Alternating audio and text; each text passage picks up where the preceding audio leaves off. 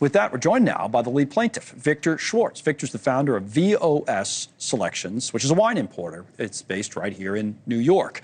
Jeffrey Schwab joins us as well, though. Jeffrey's senior counsel at Liberty Justice Center, which represents the plaintiffs. So stand by, Jeffrey. I want to get Victor's story. Obviously, we'll talk about the legal back and forth on this. And I want to start just with how this started for you. So the tariffs were doing what, Victor, to your business? Well, it's kind of the lead up to the tariffs because everybody was scared, and it was really, repressing the market to start with. And then, of course, the uncertainty of what they were going to be. So there were so many issues for us, and we're a kind of business in an industry that has to plan ahead. We have to post our prices in advance. It takes us months to ship. So the lead up was very impactful. The tariffs only started hitting now. So it's going to be some time. Right. And the tariffs really start impacting. So you must have started doing projections, right? And you said this is going to do what? You thought it was... Projections are like rubbing a crystal ball because you saw how the situation was changing daily, and it's still changing daily, right? It is, even today. A 50% tariff on Europe, and now it's whatever, back 10%, and I don't know. Then we had the law case. I mean, it's just from a business perspective, it's very challenging. Okay, so then, Jeffrey, you put a legal argument together based on that. And what was the legal argument you went to court with? What was your basic? What'd you argue? That the law that the president relies on to impose the tariffs, the International Emergency Economic Powers Act, or IEPA, does not authorize the president to impose the broad unilateral tariffs that the Liberation Day tariffs imposed. So you won that with the trade court, right? The trade court said, all right, yeah, that's true. He's not allowed. And then we wondered, that was an injunction, right? You can explain the legalese to me better than I can, but then you get a stay today. So now the tariffs can kind of stay in place. And then what? Now what, Jeffrey?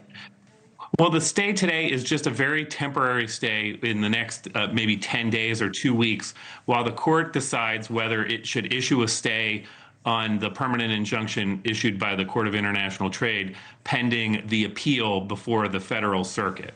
So what are you doing, Victor, in the meantime? So is this your business kind of roll on as is? Yeah, I mean, we have been in this very volatile, chaotic environment, all year. There's been different degrees of the chaos, but it's the same chaos, right? And I knew last night, even though I was so elated over the win, I knew it was not over.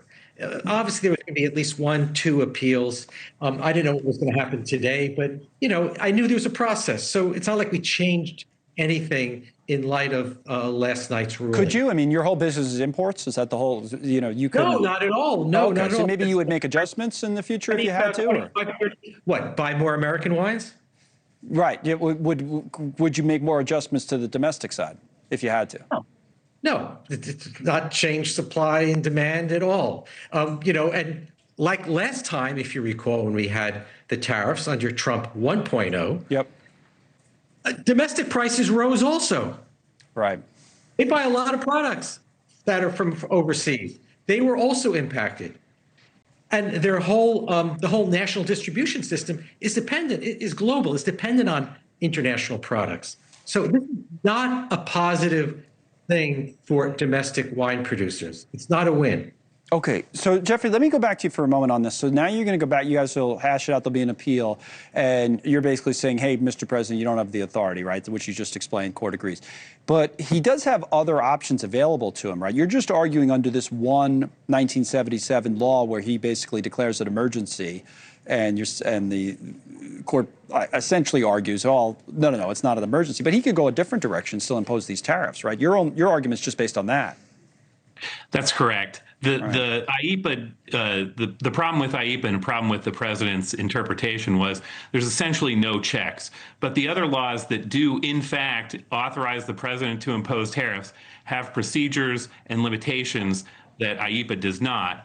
And the president would be subject to those limitations. But he could still, for a guy like Victor, Jeffrey, he could still put tariffs in place in another way, is the point. Or would you be able to fight back, you think, on some of those as well? It's possible, but we would look at that and see if what he did under those laws had legal merit and was constitutional. Thank you for watching. Subscribe below and download our NewsNation app right now on your phone, and you will get fact-based, unbiased news for all Americans.